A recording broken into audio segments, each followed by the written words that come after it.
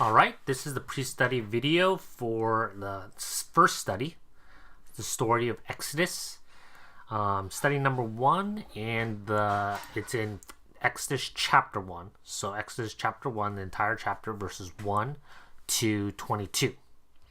So Exodus chapter 1, verses 1 through 22. Let me read that for us.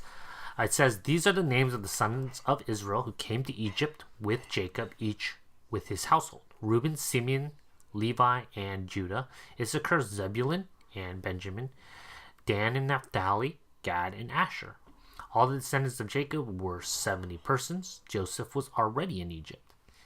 Then Joseph died, and all his brothers, and all that generation.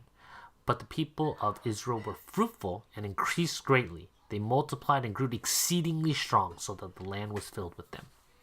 Now there arose a new king over Egypt who did not know Joseph, and he said to his people, 'Behold, the people of Israel are too many and too mighty for us. Come, let us deal shrewdly with them, lest they multiply.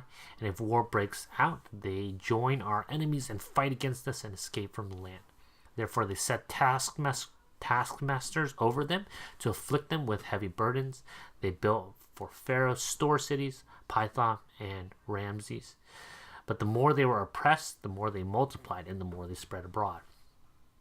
And the Egyptians were in dread of the people of Israel. So they ruthlessly made the people of Israel work as slaves, and they made their lives bitter with hard service in mortar and brick and all kinds of work in the field.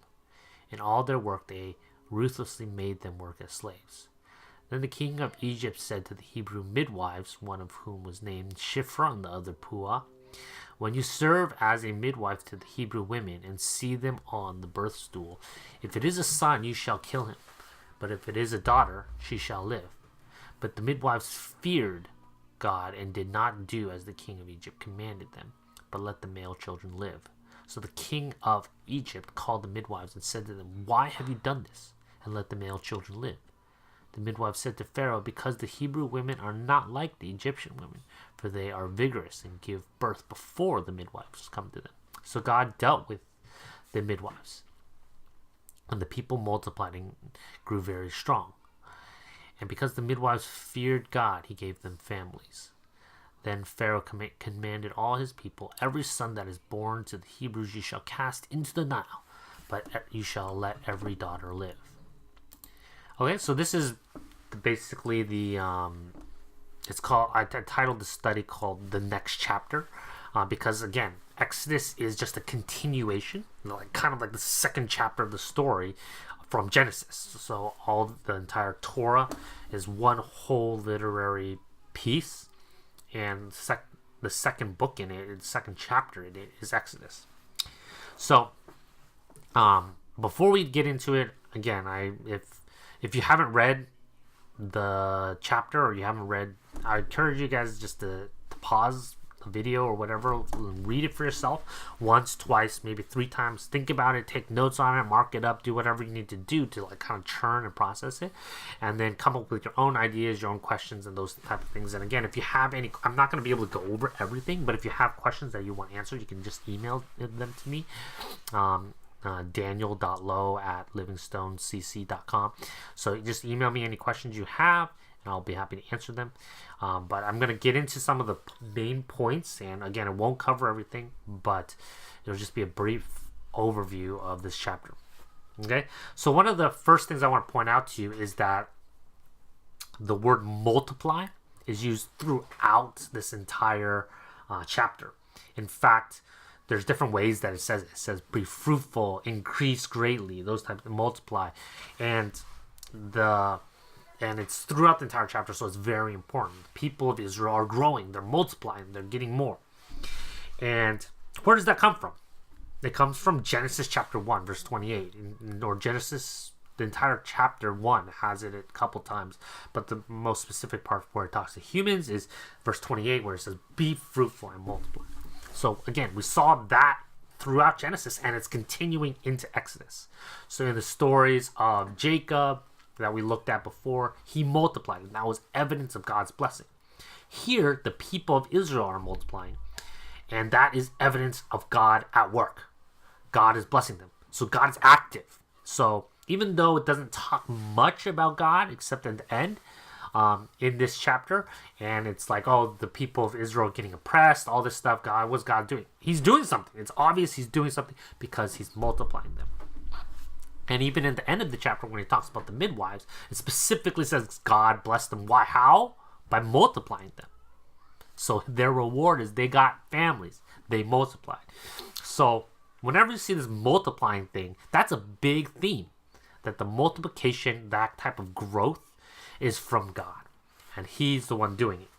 So, one, that's a connection with Genesis. So it's part of the same story. This is just the second chapter. The second thing is that part of some of those themes are coming across, which is what is God doing?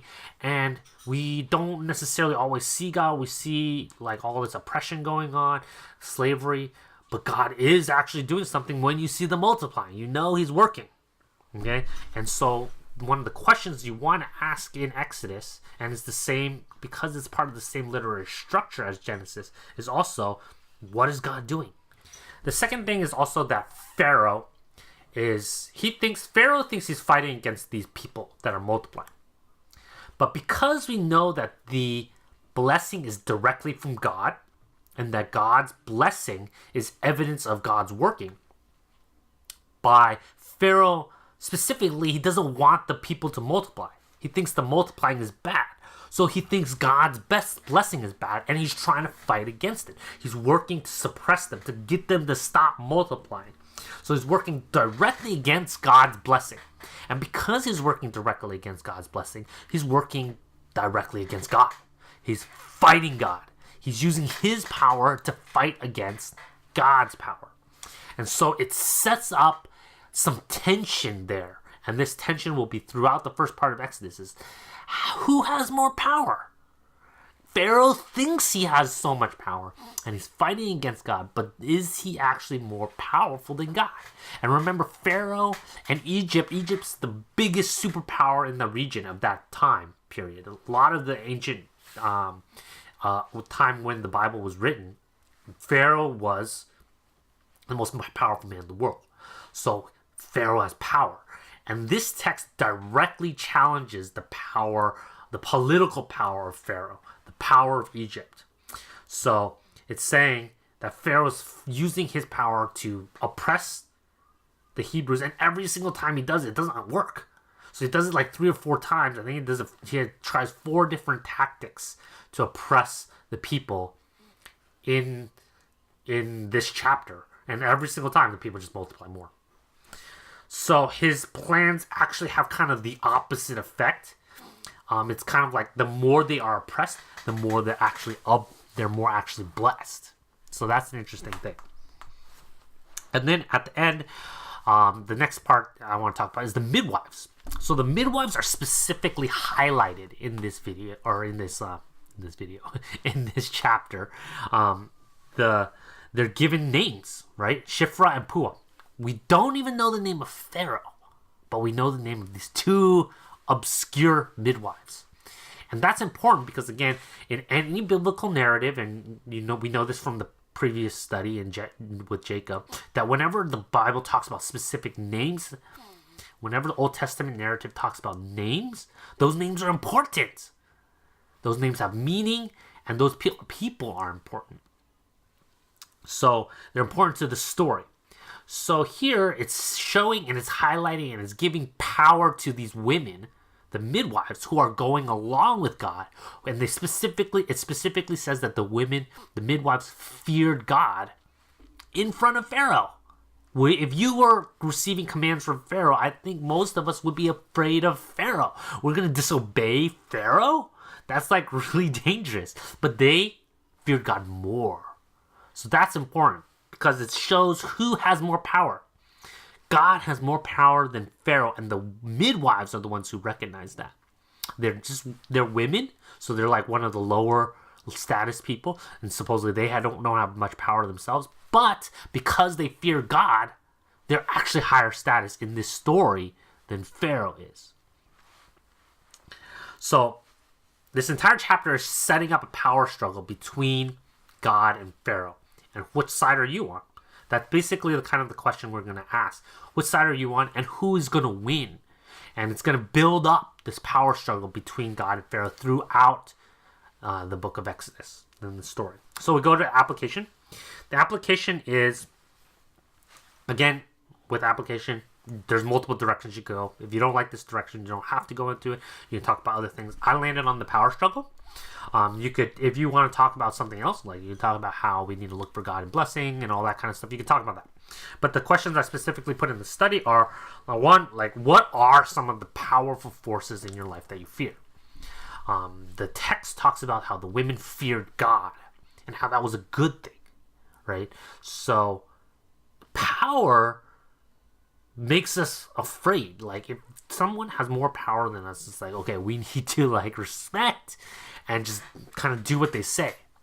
The midwives here recognize the power of God, and they may have feared Pharaoh, but it was secondary, way below their fear for the Lord.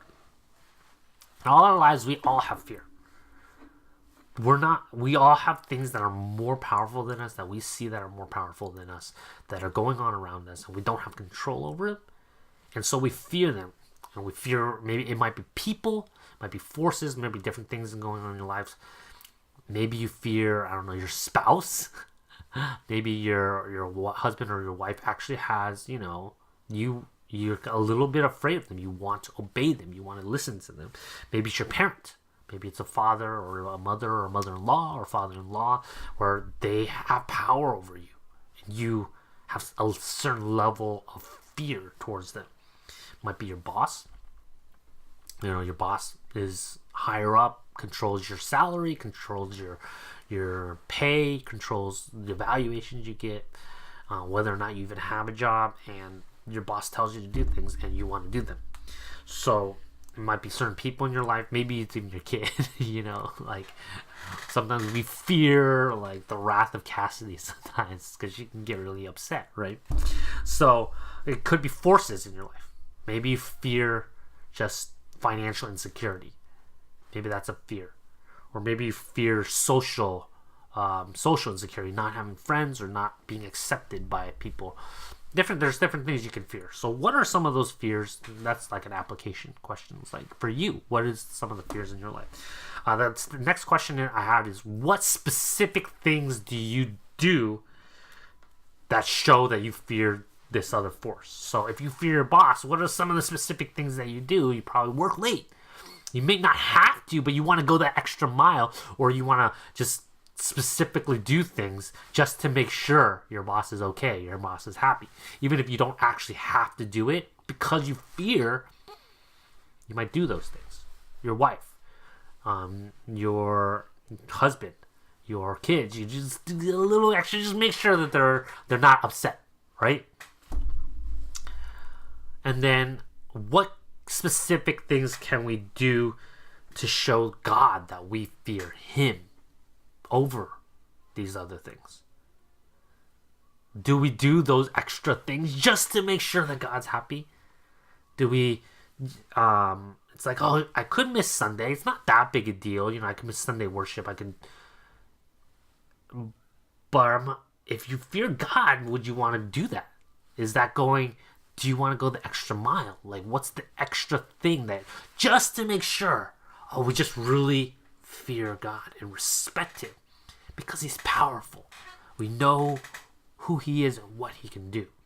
And that's the power struggle that's going on in this chapter. And I think that power struggle happens in our lives. Are we going to fear the other things in life? Or are we going to fear God more? And that's a big question that a lot of us have to answer. Okay? So that's basically the first study. Again, if you have any questions, go ahead and email me, or you can even text me or whatever. Okay?